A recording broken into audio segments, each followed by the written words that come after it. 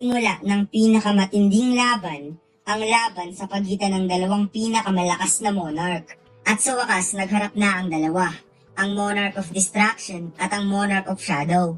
Nagtataka ang King of Berserk kung bakit hanggang ngayon hindi pa rin niya makontak ang Monarch of Steel, kaya napagtanto niyang tinaridor siya nito, o baka pakanalang lahat ito ng Shadow Monarch. Nagliyab ang bibig ng Monarch of Distraction at nag-charge up ito ng apoy sa bibig. Pagkatapos nag-unleash ng Blast Breath attack na ikinagulat ng ating bida dahil sa lawak ng atake na pinakawalan nito papunta sa kanya.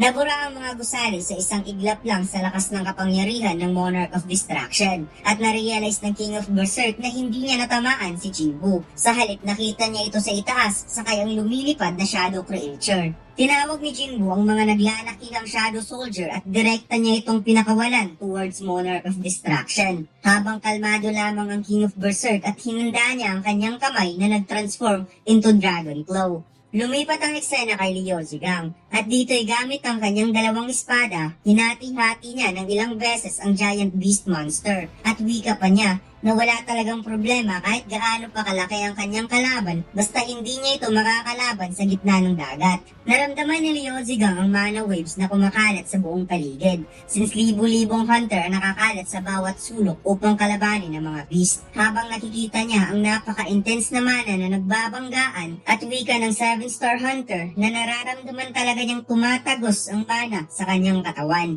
Nag-unleash ng napakalakas na fire magic ang King of Berserk at tumalsik ang napakaraming Shadow Soldier na pinakawalan ni Jinwoo kanina. Kasama na dito ang mga object ng gusali sa lakas ng pagsabog. Wika ng Monarch of Distraction kung ito lang ba ang kayang gawin ng Monarch of Shadow, ang napakaliit na bilang ng mga Shadow Soldier. Kaya napagtanto niyang ang ibang Shadow Soldier ni Jinwoo ay hinati upang kalabanin ang Monarch of Steel. Subalit hindi daw ganun kahina ang King of Monster para lang matalo ng mga creature na gawa lang sa mana. Napansin ng King of Berserk na gumagawa ng gate ang King of the Dead upang makatakas. Kaya kaagad niya itong sinundan dahil hindi siya papayag na bigla lamang siyang tatakasan. Nakapasok ang Monarch of Distraction, ngunit nagtataka ito sa kanyang nakita dahil bumungad sa kanyang harapan ang libu-libong Shadow Soldier na handang-handa ng lumaban. Napansin ng Monarch of Distraction ang beast ng Monarch of Steel na naging Shadow Soldier ni Jinwoo at nakita niya ang katawan ng Monarch of Steel na papunta na sa kawalan na parang tinorture ni Vero at Billion. Napapikit na lamang ang Monarch of Distraction sa strategy na ginawa ni Jinwoo upang siya ay i-corner. Subalit parang nakalimutan nata ng Monarch of Shadow na mayroon pang isang Monarch na gusto siyang patayin, ang Monarch of Transfiguration. Kung inaakala daw ng Monarch of Shadow na siya lang ang kayang mag-summon ng napakaraming soldier, nagkakamali ito. Dahil kaya niyang mag-summon ng napakaraming Dragon Soldier gamit ang inihandang gate ng Monarch of Transfiguration. At mukhang ang plano daw na ito ng Monarch of Shadow ay ang dahilan ng pagkatalo at posible pang humantong sa pagkamatay.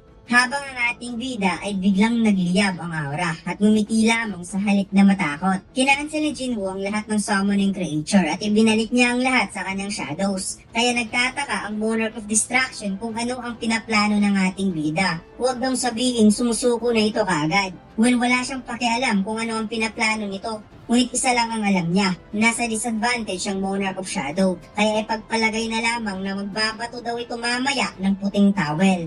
Habang ang ating bida ay nakatingala lamang sa itaas at minamasdan ang napakaraming dragon na lumilipad na hindi niya na-imagine kung gaano ito karami. Ipinikit ni Jinwoo ang kanyang mga mata habang minamasdan lang ng King of Berserk kung ano ang gagawin ng Monarch of Shadow. Ngunit nagulat nga ito nang nakita niya ang form ni Jinwoo at napag-alaman niya kung ano ang gagawin nito. Gamit ang Roll Stone ng Dragon Kamish na nagko-contain ng the most devastating skills sa lahat ng lahi ng mga dragon, biglang nagkaroon ng pakpak at sungay ng isang dragon ng ating bida sa pamamagitan ng mana. Gamit ang skills na ito, walang kalaban o kakampi ang may kakayahang i-oppose ang The Dragon Fearsome Roar dahil ang lahat ay lalamunin ng kawalan ng pag-asa. Sumigaw si Jinwoo towards sa mga dragon na nasa itaas. Pagkatapos ang lahat ng dragon ay tinamaan ng napakatinding takot na ikinagulat ni Yogomon dahil parang papunta sa wala ang kanyang pagsusummon ng dragon. At napansin ng Monarch of Destruction na pati pala si Yogomon ay tinamaan ng Dragon Fearsome Roar. Kaya ngayon ay nakaranas ito ng kawalan ng pag-asa.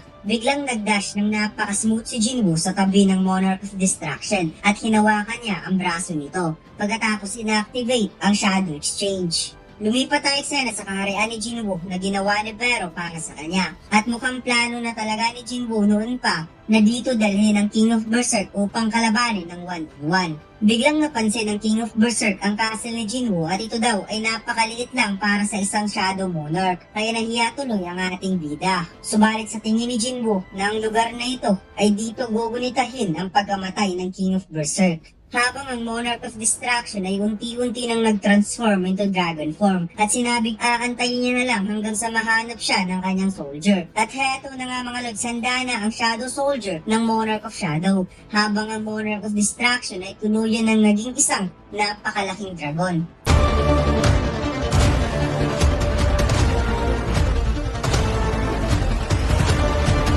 Subukan niyo maglaro ng One Online Single 4 Episode 7. Ang download link ay nasa ibaba. Maraming salamat mga Lods.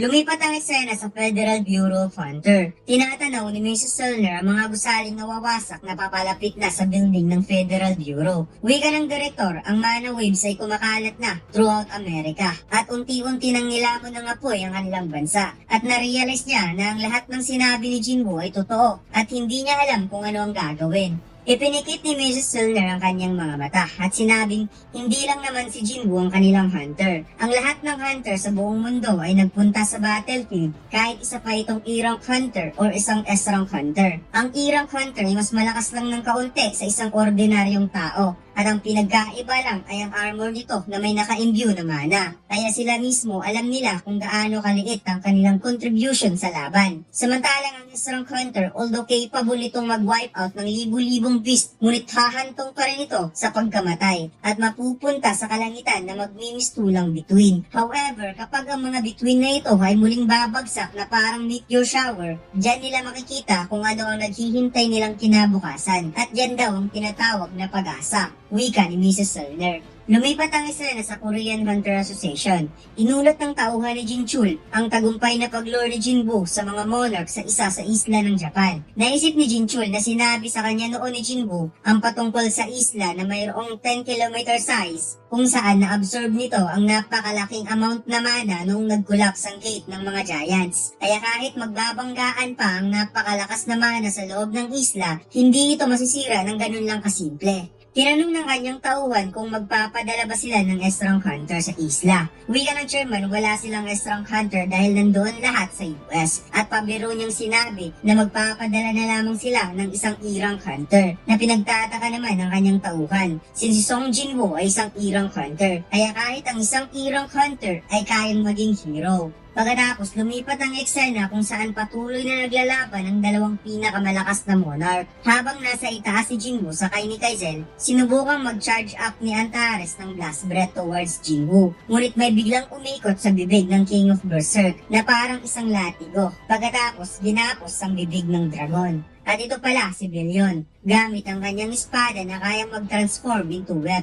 Pagkatapos, sinubukang hawakan ng dalawang giant ang lieg ng King of Berserk upang hindi ito makagalaw, habang si Tost naman ay naghanda ng magic spell, Gravity, upang i-knock out ang King of Berserk Dragon. Sabay namang umatake si Grid at Vero upang atakihin ng direkta ang mukha ng dragon, kaya namudmod sa lupa ang bibig nito. Ngunit napansin niyang hindi pa tapos ang combo ng mga Shadow Soldier dahil si Igris ay nakapatong sa kanyang ulo na makikitang nag-release ito ng napakalakas na electric shock sa ulo ng Monarch of Destruction, kaya parang tinusta na dragon si Antares. Nakita ni Jinwoo ang kanilang combo ay gumagana, habang ang Monarch of Destruction ay napangiti lamang. Ngunit biglang nagulat ang ating bida nang nakita niya ang next move ng King of Berserk Dragon dahil nag-unleash ito ng same skills na ginamit niya kanina, ang Dragon Fearsome Roar. At mukhang mas malakas ito compare sa kanya since ang Dragon King ang nag-unleash nito.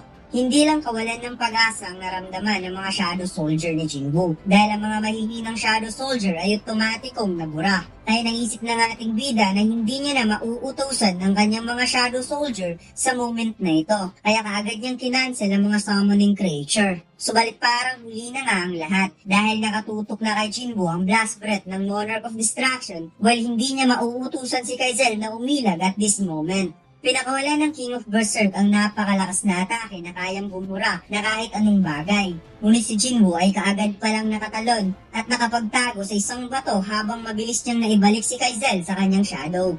Nabura ang bundok ng isla sa lakas ng atake ni Antares at napansin niyang parang hindi natamaan ang Monarch of Shadow. Sinabi niya kay Jinwoo na ito ang kanyang tunay na kapangyarihan. Ang dugo, sigaw, galit at ang pagpatay, ang katauhan ng pagsira ay ang kanyang sarili mismo at ginawa lamang siya para sa digmaan. Siya si Antares, ang King of Berserk Dragon, ang Monarch of Destruction. Naisip ni Jinwoo, ang enormous mana ng King of Giant ay naka-imbue sa isla na ito. Subalit nagawa pa rin itong mawasak sa lakas ng blast breath ng Monarch of Destruction. Nagbalik sa humanoid form ang Monarch of Destruction at sinabing hindi dapat kabahan ang Monarch of Shadow. Nung hinawakan daw ni Jinwoo ang kanyang braso, kaya daw niyang maiwasan yon. Ngunit hinayaan niya na lamang ang Monarch of Shadow na siya ay sumama dahil na-impress siya kung paano siya na-corner nito. Bilang isa sa mga monarch, gusto niyang kausapin ng kasamahan niyang monarch. Kung nakuha daw ni Jinwoo ang memory ng past monarch na si Ashburn, dapat alam nito kung sino ang tunay na kalaban at hindi ang mundo, kundi ang mga nagtatago na nasa kalangitan, ang mga rulers. Bilang isang monarch, ginawa ito upang magwasak at isa na doon ang Monarch of Shadow. Plano sana niyang patayin si Jinwoo at isusunod ang mga rulers. Subalit nagbago ang kanyang isipan nung nakalaban niya ang bagong Monarch of Shadow. Nagpo-possess daw ito ng kakaibang talent compare kay Ashburn. Kaya nakikita niya ang talento nilang dalawa sa pagkapanalo laban sa mga rulers. Kaya kung gusto ni Jinwoo na mabuhay ang kanyang pamilya, hahayaan niya ito. At kung gusto nitong iligtas ang kanyang bansa, hahayaan niya ito. Willing siyang umalis kasama ang kanyang soldier dahil gusto niyang maging monarch si Jinwoo sa lupain ito. Hindi lang sa isang maliit na castle kundi sa buong planeta mismo. Ang tanging gawin lang daw ng ating bida ay hahawakan ng kanyang kamay at sumama sa kanya. Sumama ang Monarch of Shadow sa kanya upang talunin ang mga rulers. Napasmile ng kaunti ang ating bida at sinabing huwag mo akong patawanin dahil hindi daw mapagkatiwalaan ang mukha ng Monarch of Distractions since sa mga mata nito ay punong-puno ng bloodlust. Tumawa ang King of Berserk Dragon habang si Jinwoo ay nag-release ng napakalakas na magical energy at sinabi ng Monarch of Destruction, wala na siyang dapat itago pa at dapat maghanda ang Monarch of Shadow dahil hindi niya ito bibigyan ng awa. At dito lang nagtatapos ang ating kwento mga lods. Huwag mo sana kalimutang mag-like, comment at mag-subscribe sa ating YouTube channel at mag-follow sa ating Facebook page. Salamat!